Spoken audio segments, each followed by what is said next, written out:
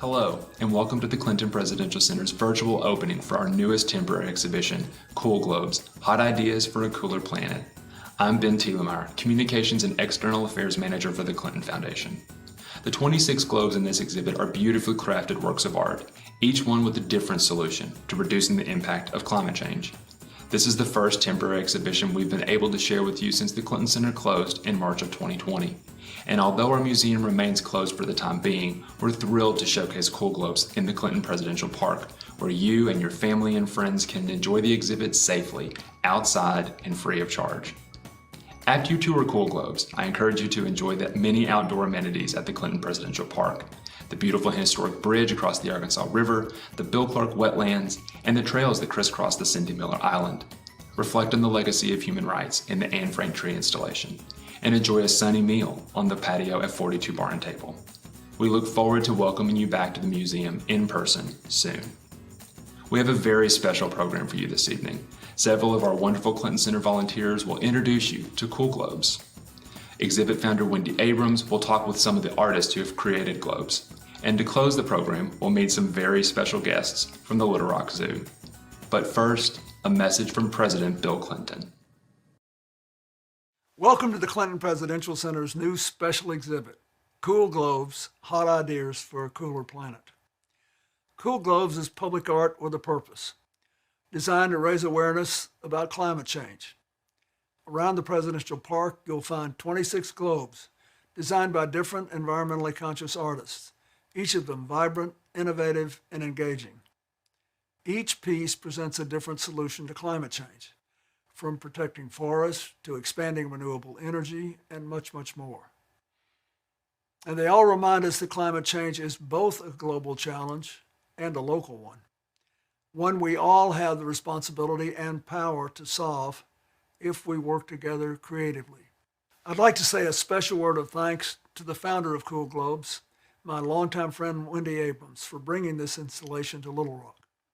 Since she started Cool Globes as a commitment to action at the Clinton Global Initiative in 2005, the exhibit has traveled to more than 20 cities around the world and inspired countless people to think a little differently about our planet. I hope you enjoy Cool Globes and its message as much as I did. Thanks. Hello, I'm Horace, a Clinton Presidential Center volunteer. I'm here today with several of my fellow volunteers to welcome you back to the Clinton Center. We've sure missed you. We're excited to give you a sneak peek at our newest temporary exhibit, Cool Globes. This family-friendly, public art with a purpose exhibit shows all of us how we can help combat climate change. Join us as we tour through the Clinton Presidential Park to show you some of our favorite globes. Hi, I'm Grace.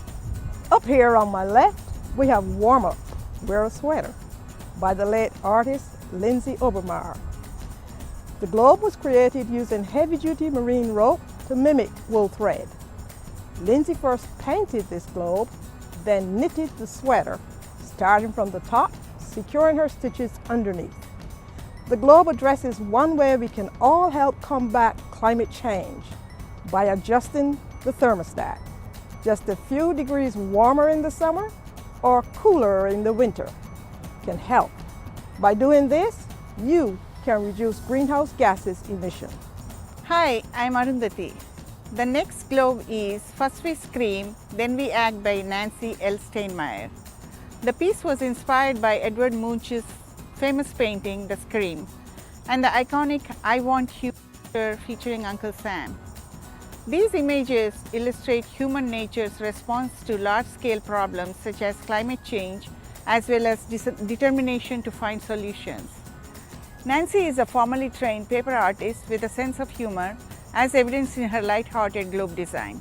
Hello, I'm Caitlin. Here is Souvenir by artist Constance Mallinson.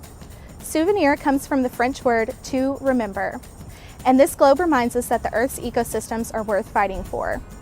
Originally created in 2007 for the Chicago exhibition, this is one of the most intricately painted globes.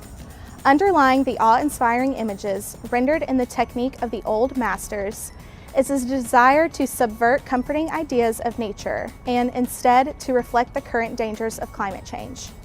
This result is a beautiful illustration of the gorgeous world under threat that we must protect.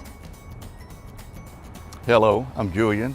This cool globe is appropriately titled Tree of Life by artist Kim C. Massey. The Tree of Life is an ancient symbol appearing in a number of cultures. It serves to remind us that everything in life is connected. Through this globe, Kim represents her love of nature and the importance of conserving green space. Born in a small city in rural Korea, her toys were not made in factories but in nature, weaving together persimmon leaves and bamboo twigs, stringing flowers into chains, and sculpting clay from the creek. Preserving and conserving these natural spaces and increasing, not decreasing, the amount of land covered by trees is a vital part of reducing climate change. Finally, we have Carpool by Shel Steger. Did you know if every commuting car in America carried just one more passenger a day, 32 million gallons of gasoline would be saved? Shel is an artist and teacher. Her three-dimensional globe illustrates the importance of sharing ride through the whimsical addition of many toy cars adhere to the globe. Her message: ride with a friend or take public transportation. It will make a difference. After exploring cool globes, come and enjoy 42 Bar and Tables award-winning cuisine and cocktails. Take advantage of this perfect patio weather or cool off inside the restaurant. Our lunch, dinner, and weekend brunch menus offer something delicious for everyone. To celebrate Cool Globes, we're offering drink specials throughout the exhibit opening weekend, including the delicious and refreshing Garden Party cocktail. We look forward to seeing you at 42 Bar and Table. My name is Wendy Abrams, and I'm the founder of Cool Globes. Just to give you a little background of how the project came about, I was fortunate enough to attend the Clinton Global Initiative in 2005. And if you're not familiar with the Clinton Global Initiative, President Clinton convened a gathering of about 1,000 participants. Many were heads of state or CEOs. I was the honored to be a just environmental activist attending. And what President Clinton asked of all the members of the conference was to create something, to engage in a project, to make a commitment for change, and with regard to one of the topics, and my topic was climate change. So I committed to create a public art exhibit to raise awareness of climate change. And that's how Cool Globes came to exist. I recruited a handful of friends, and we went to Mayor Daley in the city of Chicago and the head of the Field Museum and asked them to partner on this exhibit. We went out and got sponsors and artists. And the goal of the exhibit was to create 5-foot diameter globes, and each globe was commissioned by an artist, and each artist presented a solution to climate change. And our hope was to really get people to think about climate change in another way. If we could use the words fun and climate change in the same sentence, it's kind of hard to do, but that's what we were trying to do. And also be positive, because each artist presented a solution to climate change. So the symbolism of the globes being so large was that the problem of climate change is so large. So when you came across these, people would have to stop and look. But that was intentional, because we wanted to say you have to stop and think about this problem. But at the same time, the solutions were right there in front of us. And that also was symbolic. So we started in Chicago in 2007. And what we thought was going to be a small art exhibit with a handful of globes, really, the project kept growing and growing. And in our initial exhibit, we had 125 globes. This was in the year 2007. After that, again, we had no intention to tour the exhibit, but we had requests from around the country and, in fact, around the world. And now this is our 24th exhibit coming to Little Rock. We have toured around the US, Europe, the Middle East. We had a small exhibit in Buenos Aires. So we've been on 4 continents, and it's really been a wonderful journey to get people, young and old and of all demographics, to really stop and think about the problem at hand and how people can participate in the solutions. I really wanted to also introduce some of our participating artists who we obviously wouldn't have an exhibit without the incredible work.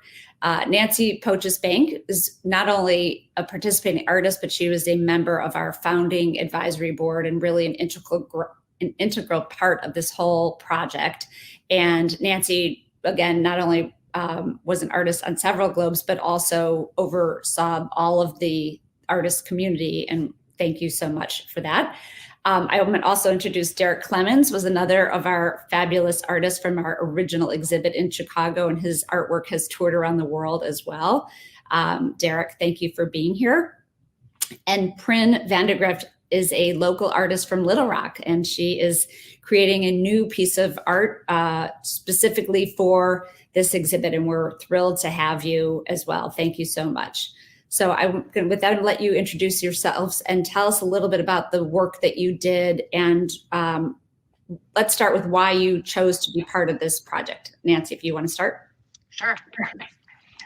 I got involved with Cool Globes. I had a prior relationship with Wendy, but as an artist, I was so excited to walk my talk, to be able to create something that was in line with my values and what was important to me. And this really feels like the biggest challenge of our time. So it was an opportunity to be involved in something that I felt very strongly about.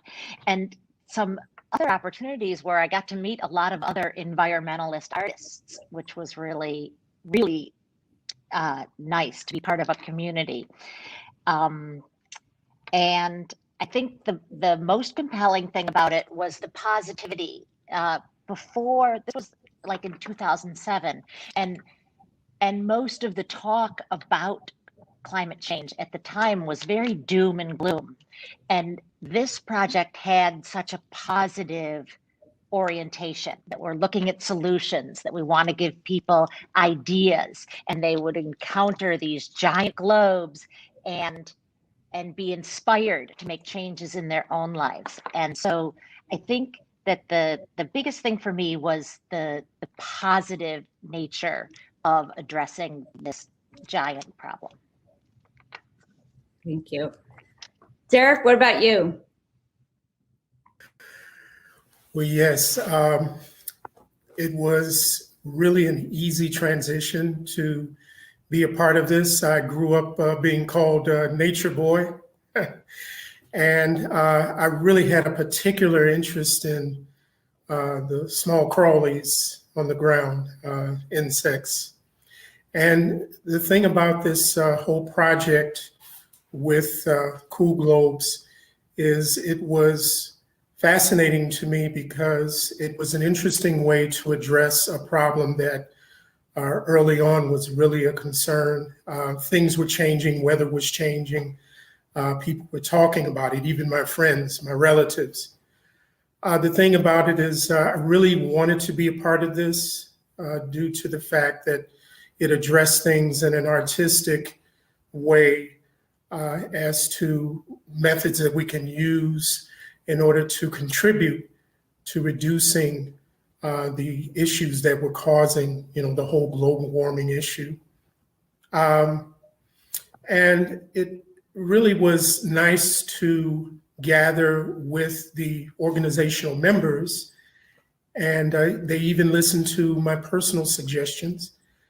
I really enjoyed the interchange with individuals who had a real sincere interest in the natural world and the importance of this planet, and why it is such a unique, I guess you could say, bellwether in the whole universe. It stands out uniquely. Even though they're discovering exoplanets now, this is still the most unique planet with life. And so it's important for us to take care of it. And to be a part of this was really wonderful. And to be part of a whole group of individuals. We had 7 or 8 globes at a location that we were able to do to represent on the south side of Chicago. So that was really a privilege. Really enjoyed and appreciated having the responsibility of that and being allowed to be a part of this. So definitely excellent experience. Thank you. Prin, tell us about the globe you're making in Little Rock. My globe is turning the globe into a big giant eyeball. And I chose that because I think to have any change at all, you have to see the problem and you have to see your impact on the planet. And I've always been a recycle artist. That's what I do. He's known as the nature boy. Mine's pretty much way worse than that. I'm known as dumpster girl. So I'll trade any day, Derek. But I thought that just for as long as I've been an artist, I've always used recycled materials for my. It started because I didn't have the money to get my own materials. And I thought, well, I'll just see what there is available. And I started really looking around, and then my friends, after I would make something, would be amazed at what I had made with what I had found. And so I realized that people weren't looking around. They weren't looking at themselves, or they weren't looking at the planet. They weren't looking at resources that are readily available. And so my globe is a big giant eyeball, so that it will remind people to just look around, look and see what is going on, and look at the problem, and look at the solutions, and look at how you can be you are making a huge impact, and you can make one for the better if you just pay attention to what you're consuming and using, and it'll make a big difference just to start to see the problem and see what impact you as an individual have on the globe. I love that. And I think what your globe as an example, Nancy and Derek, I'll let you talk about your messaging too, but I think that all of the artists did such a good job of presenting solutions that were accessible for people coming to see the exhibit, right? You have a message that people could really walk away from and then say, oh, I didn't think about that, but I can do that, right? You're not asking them to do something that was out of reach. I think that's really one of the unique things about the exhibit. And so I thank you for being so creative in how you executed your message and having such a thoughtful but impactful recommendation. And Derek, do you want to tell us about your globes and what your topics were? Okay, let me recollect. There were two that I personally was able to do. We had a group of artists that were eventually selected, and we all worked at one location. And my particular globes dealt with one was for Exelon, and it dealt with light energy. And at the time, the source of lighting, the technology at the time was, the little spiral. LED lights. Yes, exactly. And of course, times have changed. We're now LED. This was a real challenge because it was a piece that was attached to the globe itself, and then there were other little motifs. And this was to help us to see how if we change and reduce our light energy into the newer technology at the time, that this would help reduce how much the dams had to pump out in terms of energy, or light energy spent, and all this kind of thing. And then, and so that was by Exelon. And then the other globe was by Toyota. Mm-hmm. They were the sponsor. And this one, I'm proud to say, is still hopping around. Right. From time to time, I can see it, and I'd say, wow, this is amazing. It dealt with checking your tires, a very simple thing that people can do to make sure that their tires are inflated, so that they use less gas energy. So that makes perfect sense. And so I did tire treads around the globe, and little tire pressure nodules. So today, in this time of COVID, it almost looks like the example of the COVID virus that they keep showing on news TV. But it's all to help us to be aware of our planet and stop making so much pollution and be responsible and do our part in order to contribute. Thank you. Nancy, what was the inspiration for your globe? Well, my first globe was about raising your children to be future environmentalists, that our generation owns this problem, the next generation really owns this problem. And I had just read a book when we were starting out about how important it is to get your children to love the earth before you ask them to save the earth. And so it was about ways to get your children to love the earth, whether you live in urban areas or rural areas or something in between. There's always something you can do to get your kids out there and on the ground and looking at bugs and lifting up rocks and falling in love with the earth. And that was the first globe that I created. I also created a globe that was about religion, and that no matter what your religious tradition is, every religious tradition on the planet, almost everyone, has a call to care for the planet. And so everyone, regardless of your religious tradition, should care for the planet. It's as a spiritual thing. And I also did one where it's about walking your talk. So we had a lot of good ideas, the artists, but so do the people who come see the globes. And I had done a globe where you could write on it and say what you were going to do to reduce your carbon footprint. And passersby could write down their ideas of what they would do to reduce their carbon footprint. And then we sealed it to display. So those were a few of them. Yeah. Great. Has your participation, I mean, I think actually all of you gravitated to the exhibit because you have a sense of environmentalism already, but I'm just curious if your participation made you think or change your behavior in any way because of either participating or perhaps even seeing some of the other artist suggestions and walking away and saying, oh, I do need to go check my tires and, and do things like that I didn't think about before. So I actually was influenced by Derek's light bulb globe, and I went right out back in 2007 and changed everything to those funny compact fluorescent bulbs. So that even just that was a change. Also, since then, I have purchased a car or two, and I would never buy a fuel inefficient vehicle again. So it impacted my purchases to hybrid and electric.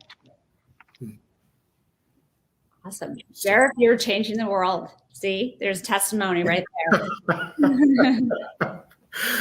Thank you, Wendy. Well, yeah, it starts with us.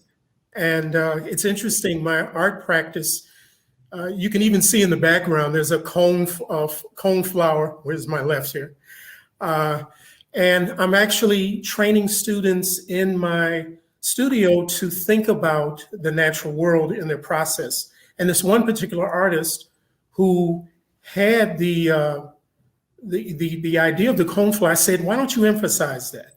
Right now, people are thinking about the natural world.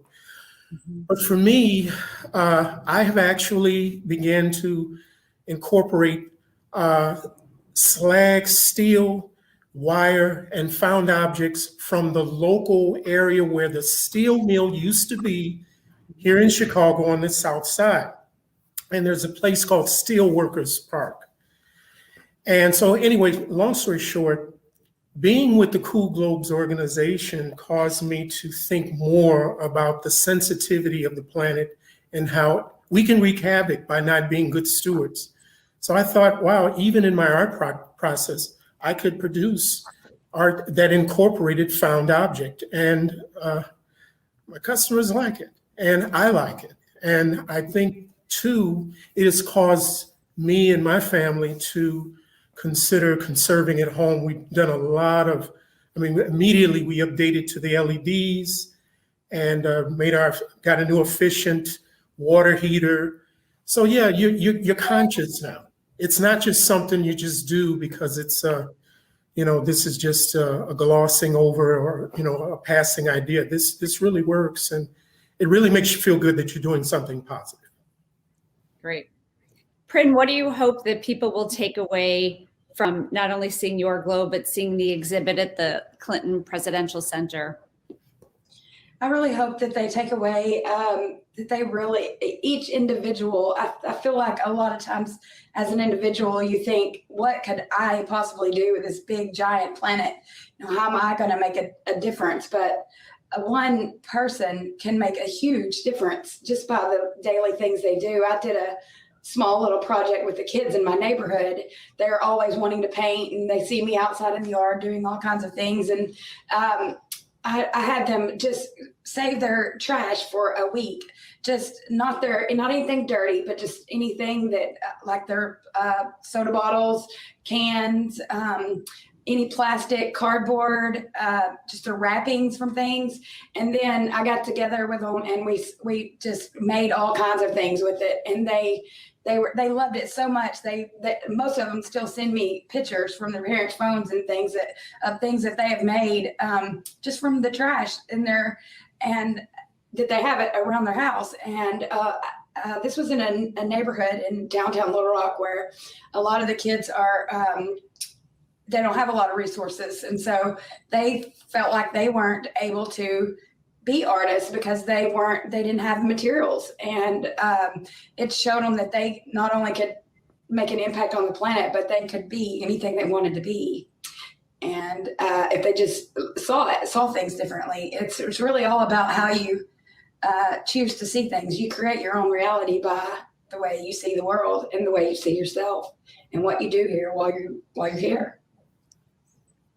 That's so beautiful. I literally got the chills just listening to that story about the kids. And I think your analogy of and not just analogy, but saying, giving them that example of you can do whatever you set your mind to is really powerful. And I love that. One thing I should mention too, obviously your globe is a little more abstract, but certainly reflective of the community and what you're doing in Little Rock. And I think one of the things that I'm most proud of this project is that whatever city we've been in, and certainly in Little Rock and with the Presidential Center, we try to reflect that community's initiatives and use the exhibit not as a way to talk about the things we're doing wrong so much as a celebration of the initiatives and that are being taken. And so a bunch of the globes your colleagues who will be exhibited in Little Rock are going to showcase initiatives that are happening by the town, and also a celebration and tribute to President Clinton and his administration legacy of initiatives that he led while being president. So I think I'm really excited about the positivity and kind of bragging rights that those who did good things get to be acknowledged and celebrated and inspired others. And that's our hope with this exhibit, is to have a ripple effect. So Nancy, do you have something to add about what you hope people will take away from the exhibit? I do. And this is something I think is so fabulous about Cool Globes. These globes are giant. They are 5 feet in diameter. And when you encounter them, it just feels larger than life. And so I think that people can't help but be impacted when they see the globes and when they start reading the globes and when they walk around it. And I think that the scale of the exhibit is something that makes it really special. You're not looking at little globes. You are walking among these giant globes. Great. And Derek, you're nodding your head. Do you have another thought too? Well, just the fact that it makes me far more conscious of interacting with other individuals, other artists, and even when they come into my studio, our ideas become nature-based. and they themselves are really appreciating the importance of being good stewards. I think this universe, my personal belief is that there's a great intelligence that has given us a gift, and we're supposed to take care of this gift, or else we can become extinct, like the near extinct, like the great, the northern white rhino and all these other animals that are so important to our ecosystem. So I personally am pushing forward to have that kind of mindset and encourage my group of artists and assistants to have that same mindset. Thank you. Well, I've been so honored to work with you all. I appreciate you being part of this exhibit, and we're so honored to be going to Little Rock and having this on display. So I hope maybe we'll all get to reunite in Little Rock. I'm excited about that, and really happy to be having this on display. So thank you for being part of the discussion in this virtual opening, and for being part of the bigger project. I can't Thank you, Wendy. Appreciate it for being part of it. Thank you. Yeah, thank you, Wendy. It's been an honor. The museum store is just right inside the Clinton Center's lobby, and we're waiting for you. Our shelves are stocked, and we're here to help you find the perfect souvenir or gift for you or for someone else. Some of our newest merchandise was inspired by our new Cool Globes exhibit. Here's a globe pillow for kids and a dry erase wall map, and lots of books about climate change and being a good steward of our environment. Be sure and stop by soon.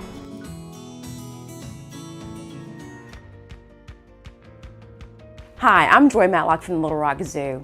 Since the zoo was created in 1926, we've always existed to teach people about animals, the environment, and conservation. In fact, our mission is to inspire people to value and conserve our natural world. And we are so excited that the Clinton Center is bringing Cool Globes to teach everyone about how to take care of the earth, our animals, and each other. Thank you so much. And now I'm going to hand it over to our very special guests. Hello, my name's Hannah, and this is Taz. And Taz is an African black-footed penguin. So this species of penguin is from the coast and islands of South Africa, and that means they're a warm climate penguin.